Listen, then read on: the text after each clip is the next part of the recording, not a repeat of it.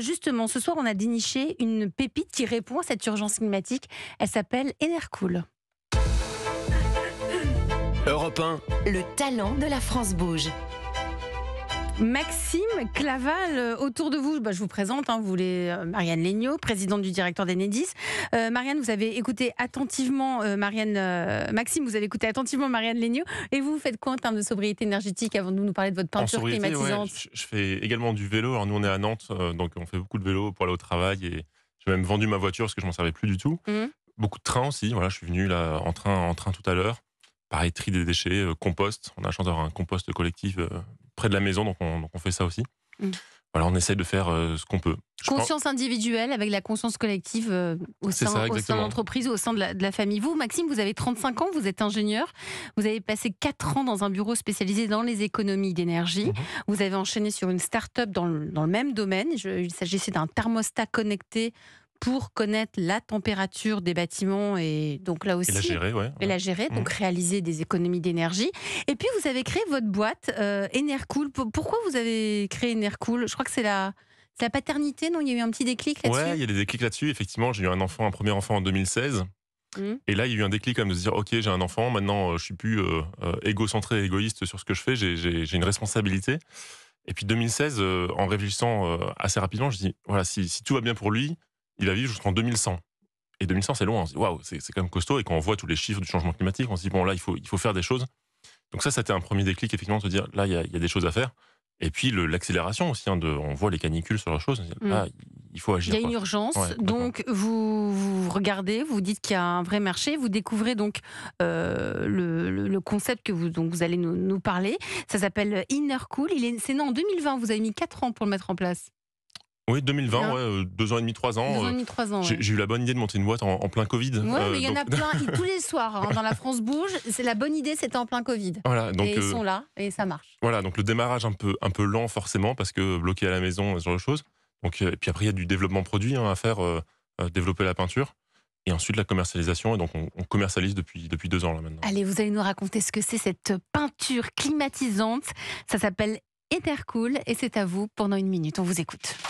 Ouais, en fait chez Enercool, on développe ce qu'on appelle effectivement des peintures réflectives. C'est des peintures qui ont une capacité de renvoyer un maximum la chaleur. Dans le rayonnement solaire, globalement, il y a plusieurs rayonnements. Il y a des infrarouges. Les infrarouges, c'est la chaleur. Et le but du jeu, c'est de les renvoyer un maximum pour éviter que la chaleur ne rentre dans les bâtiments. Et pour ça, on utilise des matières premières, ce qu'on appelle des aérogels de silice. Donc des matériaux, des microbilles de vide qui ont des capacités isolantes et qui renvoient un maximum la chaleur. Donc c'est pas une simple peinture blanche, c'est une peinture vraiment qui renvoie un maximum les infrarouges et qui fait baisser de 6 degrés la température dans les bâtiments et qui amène des économies de climatisation quand les bâtiments sont climatisés à hauteur de 40%. Donc pour les entreprises, c'est un temps de retour sur investissement qui est de 4 ans, donc c'est très bénéfique et c'est bon pour la planète. Voilà ce qu'on fait chez Enercool. Merci pour votre pitch, un peu moins d'1 minute. Si, c'est bon. Merci Maxime Claval, cofondateur d'Enercool. Donc, ça marche quand il fait chaud. Là, l'hiver va arriver, Ouais. on espère. Ça se passe comment, la peinture C'est une très bonne question. Il n'y a pas d'impact. Effectivement, on pourrait se dire, tiens, l'hiver, je vais consommer plus de chauffage à cause de cette peinture. Et non?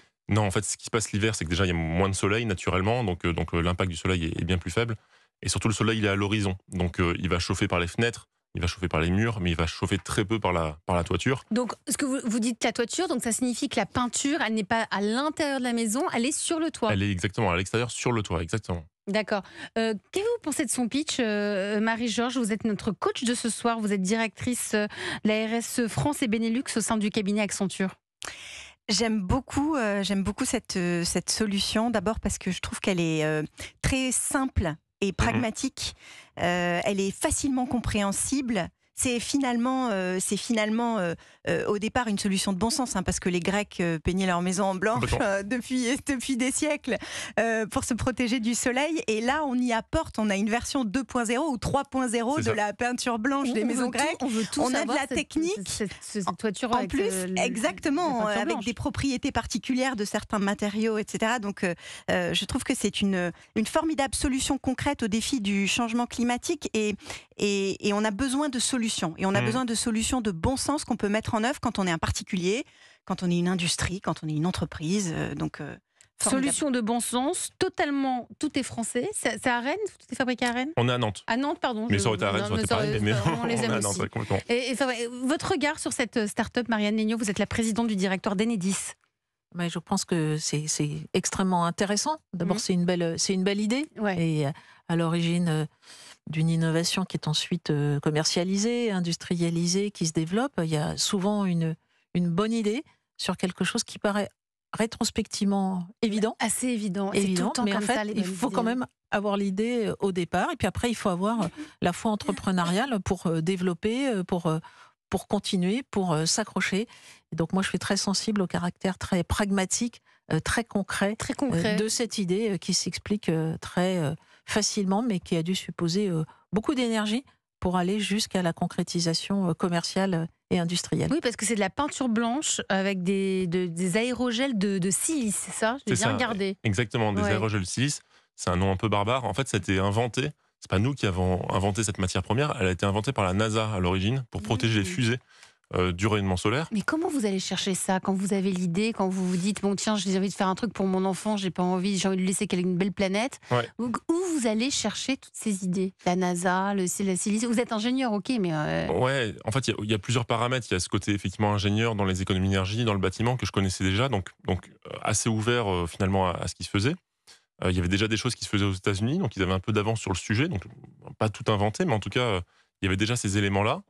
Et puis on a la chance, en fait, souvent quand il y a une innovation, au début ça coûte cher, et puis en fait les matières premières petit à petit coûtent de moins en moins cher. Donc là on arrivait au bon moment pour intégrer ces aérogels de silice, parce que le coût avait baissé. Et c'est qui vos clients? C'est plutôt des grandes industries, des usines, ou ça des particuliers, c'est des écoles? On a vraiment de tout. On va du particulier, du client particulier qui a très chaud chez lui, avec les enfants qui dorment sous les toits, sous les combles, et il fait très chaud, et donc il faut faire quelque chose.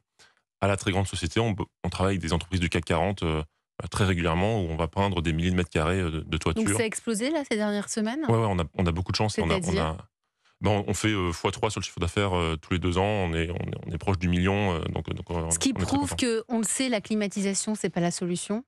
Et là, vous êtes en train d'inventer une alternative écologique, durable et qui va qui fait du bien et aux individus, mais aussi à la planète. Alors, c'est le moment de me tourner encore une fois vers vous, Marie-Georges. Vous êtes la coach de ce soir. Êtes-vous prête à ouvrir votre carnet d'adresses? Absolument, absolument. Europe 1. Le réseau La France Bouge. Maxime, si vous êtes ici parmi nous, c'est que vous avez des besoins ce soir. Quelle est votre priorité aujourd'hui? Aujourd'hui, la priorité, elle est de se développer. C'est-à-dire Ouais, qu'on a le donc il faut se produit, développer. il fonctionne bien, on a des premiers clients qui sont très heureux et avec qui on avance bien. Effectivement, maintenant, c'est gérer la croissance, à la fois en interne, d'un point de vue humain, recruter, et puis effectivement, trouver les bons interlocuteurs dans les entreprises. C'est pas toujours simple de trouver la bonne personne à qui parler et qui va être un peu moteur en interne. Et puis qui va être réceptive. Exactement. Parce que en entreprise, par exemple, la clim, elle va pas se poser cette question. Donc, il faut aussi, on est aussi dans l'éducation de prendre conscience que ça a un réel impact. Alors, je me trompe, Marie-Georges, comment pouvez-vous Quelques petits conseils. Ouais, quelques petits conseils à Maxime. Quelques petits conseils. Alors peut-être, je me suis dit en t'écoutant, plutôt qu'évidemment d'aller voir entreprise par entreprise, il y a peut-être une manière de mutualiser, de travailler en réseau, en écosystème, qui sont en général des manières assez vertueuses de procéder. Je pensais à travailler avec les collectivités locales, parce que les collectivités locales sont responsables de la mise en place d'un certain nombre de projets, que ce soit au niveau d'une commune, d'une communauté urbaine. On pense par exemple aux écoles, on pense aux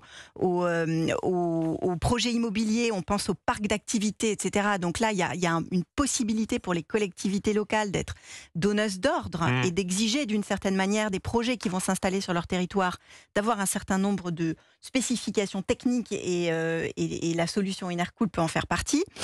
Pensez peut-être aussi à travailler en amont avec les professionnels du bâtiment, avec les peintres en bâtiment, avec les sociétés du bâtiment pour former finalement, parce que former les professionnels, les artisans à ce type de techniques et de solutions qu'ils ne connaissent peut-être pas forcément. C'est un bon point. Qui aujourd'hui, quels sont les savoir-faire pour mettre au point cette... Ce sont des peintres avec qui on travaille, effectivement. On a la chance d'avoir... Donc c'est le métier. On a pu développer un réseau de peintres avec qui on travaille.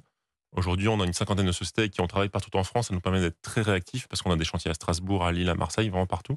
Donc on a cette chance-là d'avoir pu travailler avec des peintres et travailler avec des peintres au quotidien.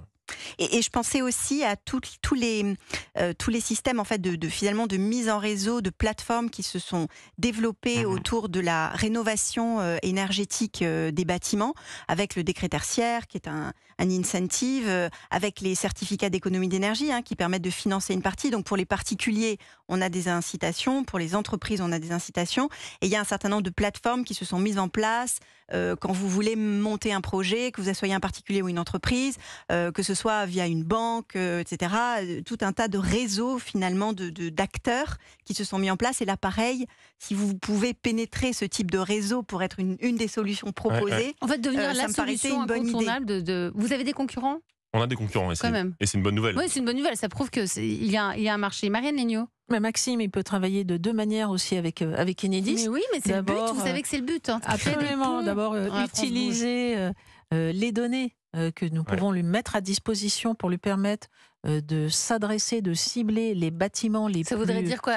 Il est hyper énergivore. Voilà, hyper énergivore. Allez voir. Il y a un client potentiel. Tel lycée qui consomme de manière aberrante pour un lycée du nord de la Loire dans telles conditions de démographie, de sociologie. Parce que toutes ces données, vous les avez. Parce que toutes les données, nous les avons. Elles sont dans le service public. Nous ne les vendons pas, nous ne les commercialisons pas.